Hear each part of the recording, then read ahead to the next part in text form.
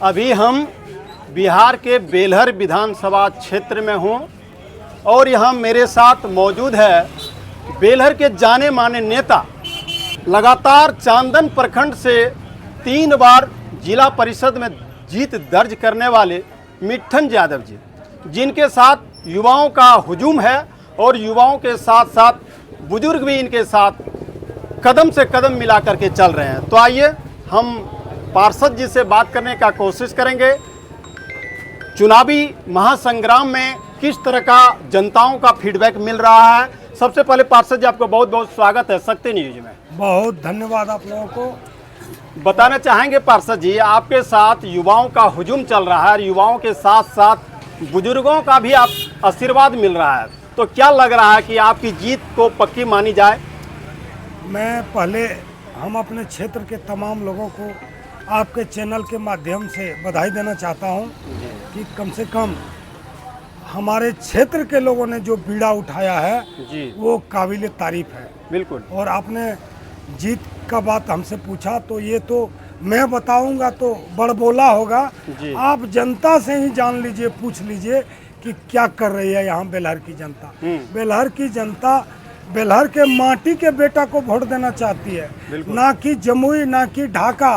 यहाँ के माटी के लाल मिट्ठन यादव को बतौर निर्दलीय बिल्कुल एक तरफा वोट डालकर चुनाव जिताने का काम कर रही है। जी, जनता उपेक्षित है। यहाँ बेलहर को गुलाम होने देना नहीं चाहती है जनता। जी, जनता चाहती है कि बेटा चाहे लंगड़ा हो या काना हो या बहरा हो, घर का मेरा ही बेटा मालिक हो। बिल्कुल। बगल के बेटा को मालिक बनाने के मूड में जनता नहीं है। और आपको मैं साफ बता दूं, जहां से मैं जिला परिषद जीतते आया हूं आज तक, अपने से 3 बार रहा, आपने कहा, और 2 बार मेरे ही आदमी रहा।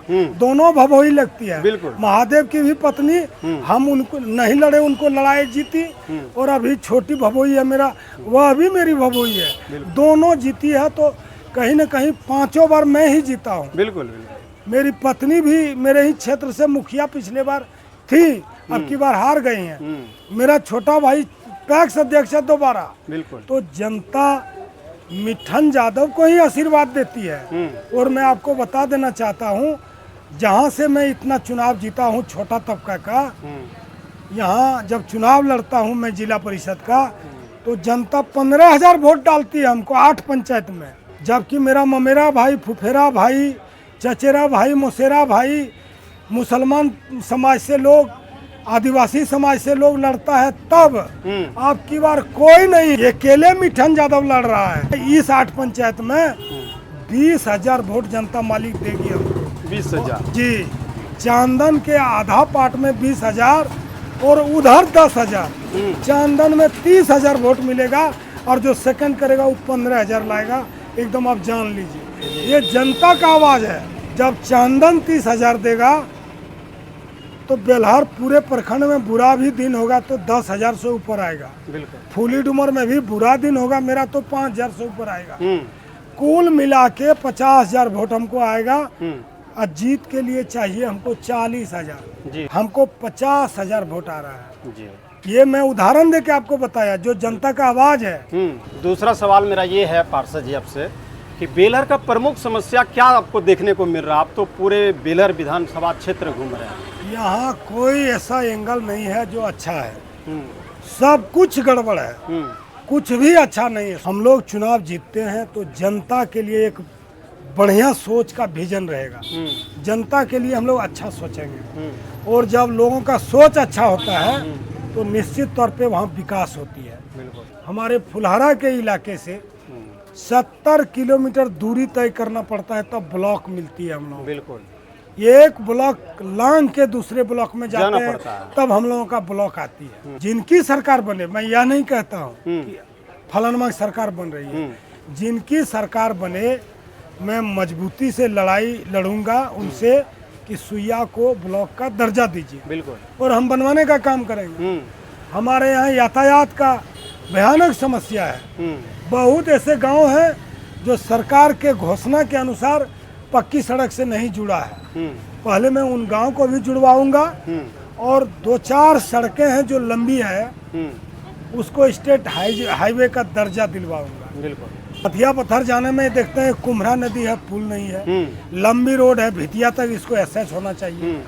सुइया बाजार से बोड़वा एक जम्मू जिला का है, सुइया बाजार टू बोड़वा बाजार एसएच होना चाहिए। बेलहर बाजार से चिरौता बाजार तक एसएच होना चाहिए।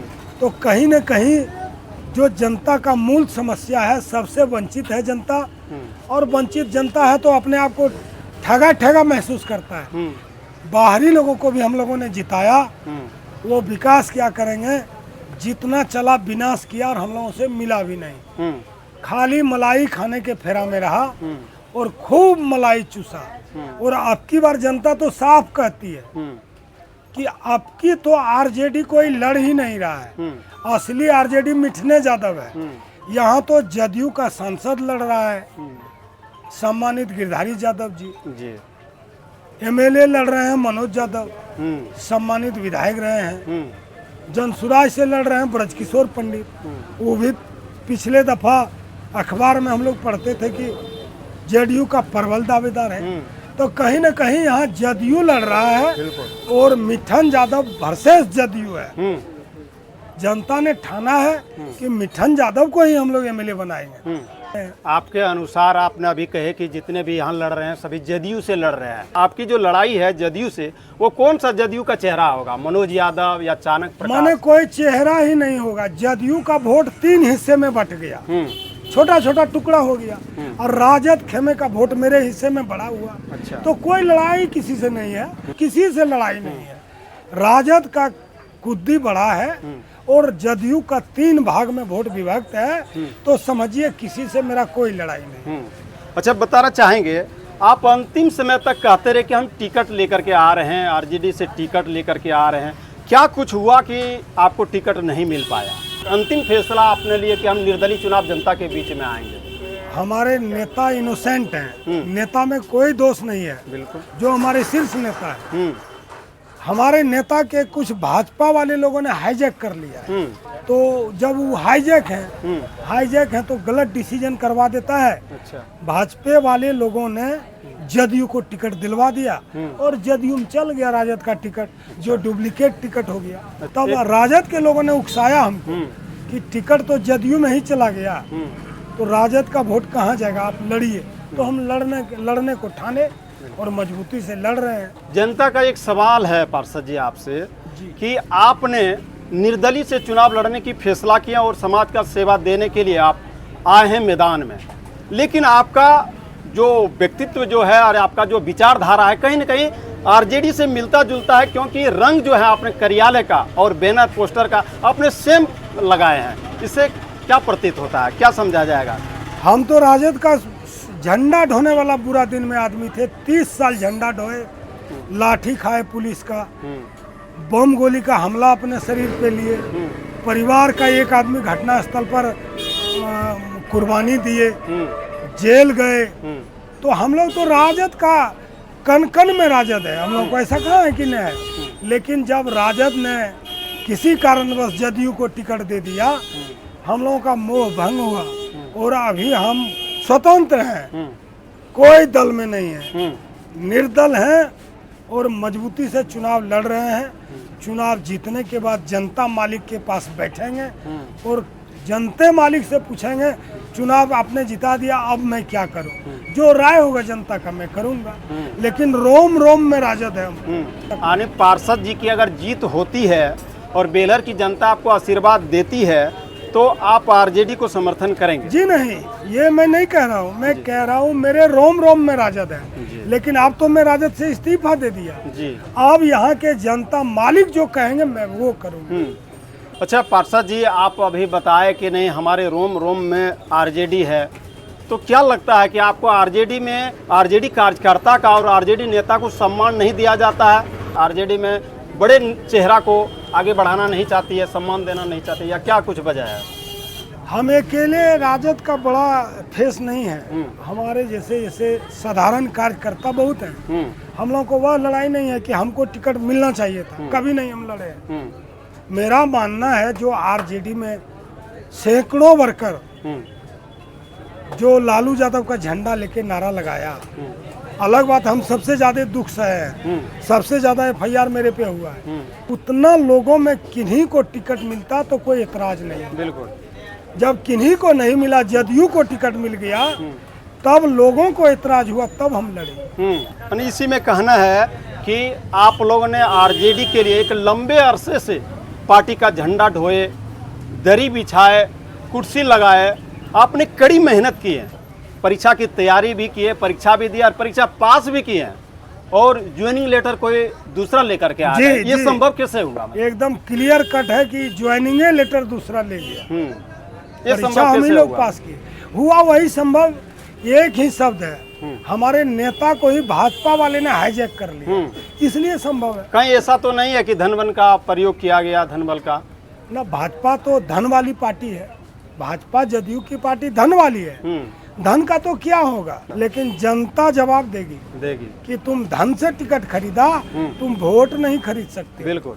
तो जनता तैयार है उसके लिए। अच्छा, लास्ट सवाल होगा मेरा आपसे पार्षद जी कि अगर बेलहर की जनता आपको आशीर्वाद देती है तो बेलहर में 5 वो प्रमुख कौन सा काम होगा जो मिट्ठन यादव जी के नाम से यादगार रहेगा? मेरा प्रयास होगा, क्योंकि हम निर्दल जीत के जाएंगे तो मेरी कोई सरकार नहीं होगी, हम कहीं कहीं लटकेंगे। बिल्कुल। पहला सुइया ब्लॉक का दर्जा मिले, दूसरा बेलहर अनुमंडल बने, तीसरा 5 सड़कें हैं जो स्टेट हाईवे बने, बिल्कुल, कि 4 लेन बने सुल्तानगंज तो देवघर, ये चौथा है। और 5वां में आप ले लीजिए, ये स्वास्थ्य ले लीजिए, शिक्षा ले लीजिए, सारे जो जनमानस में काम आता है वो सब बिंदु रहेगा। ये मेरा मेन काम। अभी जैसे मोकामा में दुलार चंद यादव की हत्या हो गई है और सरकार तो सुशासन की सरकार का ढिंढोरा पीटती है, जबकि आपकी पार्टी को बराबर कोसते रहे हैं लालू यादव की जंगल राज की सरकार है, उसकी पुनरावृत्ति हो जाएगी, इसको आप कैसे देखते हैं? क्या ओरिजिनल जंगल राज यही है या ये मंगल राज है? सबसे पहले तो मैं दुलाल चंद यादव की जो हत्या हुई उसका मैं घोर निंदा करता हूँ। बिल्कुल। जिन लोगों ने किया, नहीं करना चाहिए। अच्छे नेक इंसान थे, सभी जाति धर्म को लेके चलते थे, तो जिन्होंने ऐसा किया उसका मैं निंदा करता हूँ। और लालू यादव के सरकार को जंगल राज का जो संज्ञा दिया, ये सरकार महाजंगल राज अफसरशाह सरकार है। बिल्कुल। इस सरकार में लाश को देखने सुनने वाला कोई नहीं है, महाजंगल राज है। मैं यही कहना चाहता हूँ। चलिए, बहुत बहुत धन्यवाद पार्षद जी। तो ये थे हमारे बेलहर विधानसभा से निर्दलीय प्रत्याशी जो जनता के बीच में सेवा के भाव से आए हैं, किसी पार्टी से अभी फिलहाल वास्ता नहीं है, और इनका कहना है कि जब युवा मेरे साथ है तो डर किसकी, और जीत तो ये निश्चित है कि कहा भी जाता है कि युवा जब जब बोला है राज सिंहासन डोला है। Youth power is nation power, युवा ही देश की शक्ति है।